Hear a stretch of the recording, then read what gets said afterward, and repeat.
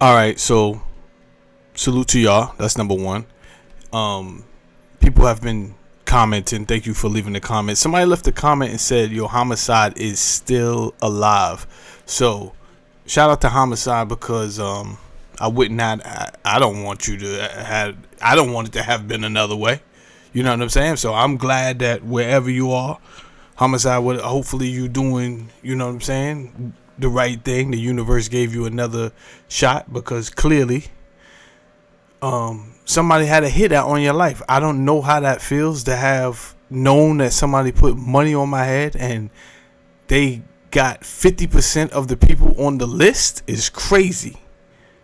You understand? So they got Big Nose Troy, they got E Moneybags, and they didn't get Homicide, and Green Eye Born was also on the list. People are shocked, like, yo, Green Eye Born was on the list? This is weird. This is very weird. And this is why I don't like me personally, I don't like the dynamics of this entire scenario. You got the Supreme Leader, who is Supreme. When he left Prince in charge. Prince wild out, obviously, all the way. I don't know if he was as diplomatic as Preem. However, we see their relationship is very tight. So, my thing is, if he's out here talking about he just spoke to Green Eye Born, I don't know. People are different. If your uncle had a hit on my life, bro, we don't got nothing to talk about no more. Yeah. And I know Prince ain't gonna be like, yo, but that ain't me. That's my uncle. You know, he be wild. It's no coming down from that. Your uncle had a hit on my life, bro.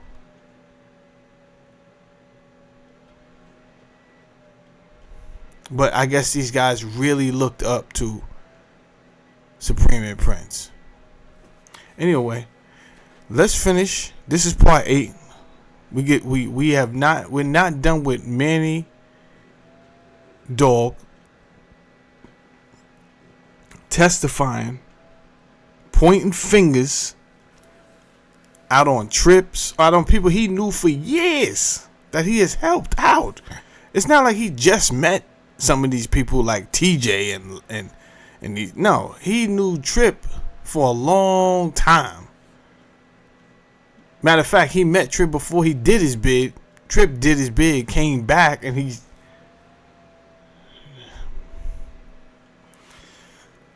Let's go. Were you looking for the victims every single day? Not every day. How often do you recall doing that? Like 10 days out of a 14-day span? Well, if you were in the car with Supreme, how did you communicate, if at all, with the other people on the team? We had walkie-talkies. Did your crew successfully kill E Moneybags? Yes. About how long do you remember looking for him, to the best of your recollection, before the team killed him? Maybe a few months, maybe a month and a half or so. Do you recall how you found him? Yes. What happened? How about had a girlfriend, I can't remember her name, but we been in contact with her, and E Moneybags used to be around that area that she lived in. And she was looking out the window and she saw his car and he was driving a Jeep, and she had a videotape and she was videotaping it, and at the same time she was videotaping, she was talking to Supreme on the phone.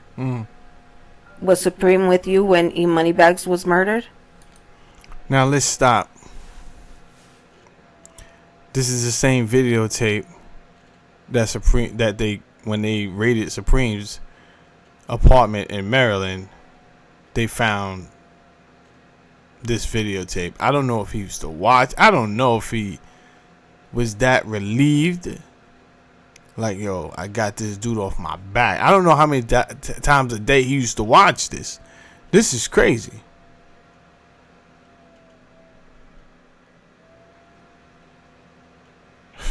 Wow. She said, was Supreme with you when E Moneybags was murdered? Yes. Can you explain how it is that you traveled to the murder scene? Yes. can you explain how it is that you traveled to the murder scene? First of all, where was the hit team when you found out where E Moneybags was? In the house. The lake house? Yes, the lake house. And how did you get from the lake house to where the murder happened? The lady called Supreme was telling him that E Moneybags was over there, so when she called him, he told me about it and I told him to get ready. You were already with Supreme? Yes, I was with him already. You received a phone call. The lady you mean How About's girlfriend? Yes. What happened then? We all got in different, separate cars. Me and him, we got in a different car. I walkie-talkied them, and they got in a different car. How About rode by a motorcycle. He rode by to make sure this was them over there. How About rode by who on a motorcycle? E Moneybags. You were in the car with whom? Supreme. And the shooters were together in another car? Yes, How About put his motorcycle up and got in the car with them. So How About went to see where E Moneybags was and came back to the house? Yeah. And then drove the shooters to the scene? Yes. What happened when you got there? They got out of the car. Let me ask you, did you see this happen or were you in a different... I was in a different, like a block over. Okay. In some area where they had a lot of trees. And what happened when you were on that block? I could just hear the gunshots. What did you see after hearing the gunshots? I seen Barry Broughton running. Where was he running? He was running close to us by the trees, and he wanted to get in the car with me, and I told him nah. I got on the walkie-talkie, and I called the guys that was driving the other car, and How About picked him up. I didn't watch him pick him up. I know he picked him up because we all met up again. What happened after the other people picked up Barry Broughton?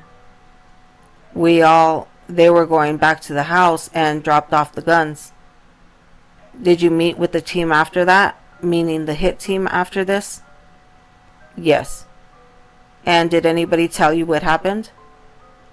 Yes, they told me that TJ didn't fire any shots. And did they tell you anything else about the murder? Yes. What's that? They told me that there was a bunch of guys standing around the car and that they took off running when they started firing on E Moneybags, that he actually had a gun. So did anybody other than Barry Broughton shoot at E Moneybags according to the hit team? Yes, everybody, but I found out later that Les actually didn't fire any shots either.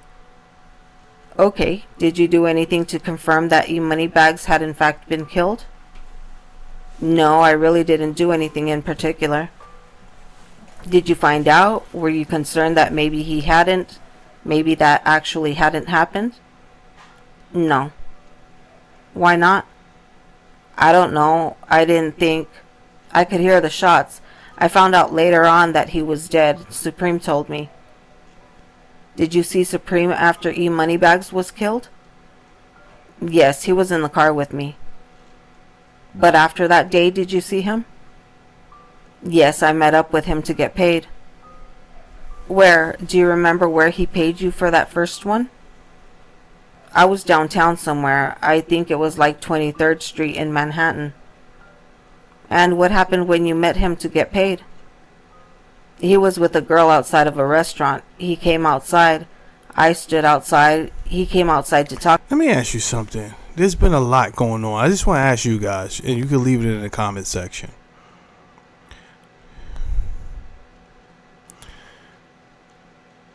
There's been a lot of talk on the streets about Bimmy being a rat. But there's no proffer agreement. There's no 5K1. Bimmy signed an affidavit.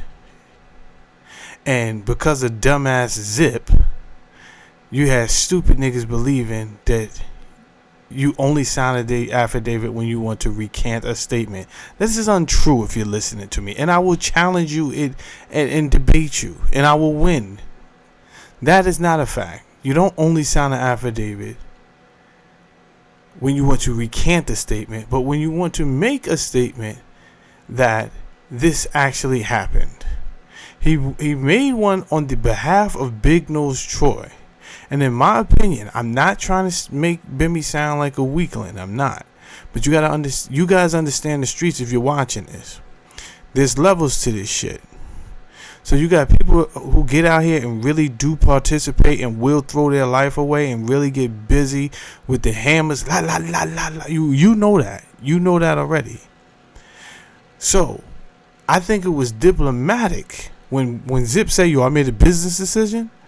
No, this was a decision that was a more political and diplomatic decision to say whether who was in the park or not. The statement that Bimmy wrote was in favor of Big Nose Troy, and in my opinion, it was in his favor because he never told me this, but I'm just kind of using my own experience to kind of say what happened. Maybe Big Troy, yo, I need you to do this. Okay, cool. And he went and did that to keep him out of trouble. He did it to keep him out of trouble. So, all of this talk about Bimmy's a rat, Bimmy's a rat. Even the documentary. Somebody's on the phone. It could have been AI, but whoever's on the phone, we the audience were to believe that that was Supreme.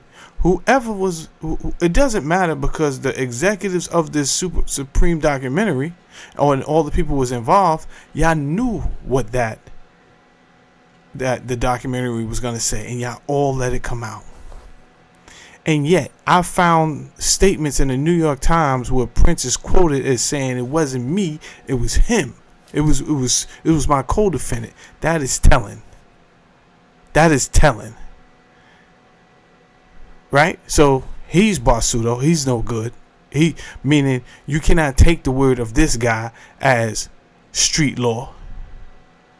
And as far as Supreme goes, I don't see how you would call out Bimmy for no reason at all. No reason. He didn't do nothing to you on your documentary. And here it is, Manny Dog. You never said a word about him. You never said, Manny Dog is walking the streets, by the way. I just, I don't want no problems for Manny Dog. I don't know what, he's minding his business. He's minding his business. He has businesses going on, and I'm not here to contribute to any of that. What I'm saying is, let me say it plainly. You're not playing with those type of gangsters, though. Imagine that. Somebody that could rat on you and come back outside and you don't even whisper his name. And you in jail. You still don't whisper his name. Maybe because he really do give it up. He's not one of those. He's not playing games. Smiley is another one. We'll get to Smiley in a second. Smiley is home. But again, Smiley's not playing. He's giving it up. You don't mention Smiley. Smiley ratted on you too. You didn't, but you picked Bimmy. I think personally, you did that because maybe Bimmy wasn't sending you any money anymore. And when the moment you stopped, yo, Bimmy's a snitch and a rat. This is why I never believed that, and I asked for you to show me paperwork.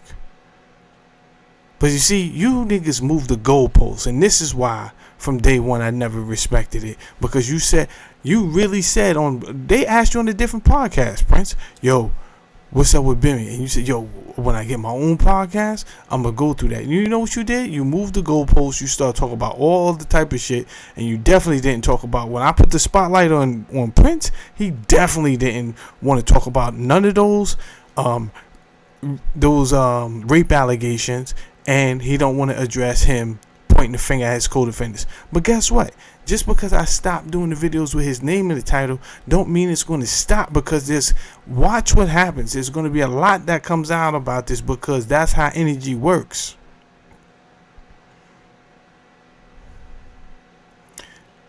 It is cyclical. It comes back around. You got to answer for your sins, though. And the more you try to do outrageous, desperate stuff like kill your way through the situation, it's only going to get worse for you on this planet.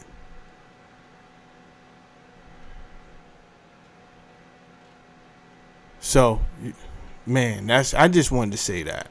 Let's keep going. Talked to me. He had a brown bag with him, and we just talked about it for a little while. What was in the brown bag? Money. In what form? $25,000. Cash? Now, he didn't have $1,000 to pay E-Money Bags. This was arrogant on your behalf. That's why Prem is in jail. This is arrogant on his behalf. Arrogant. You was going to pay $100,000, $25,000 for each person on the list, 4 people on the list.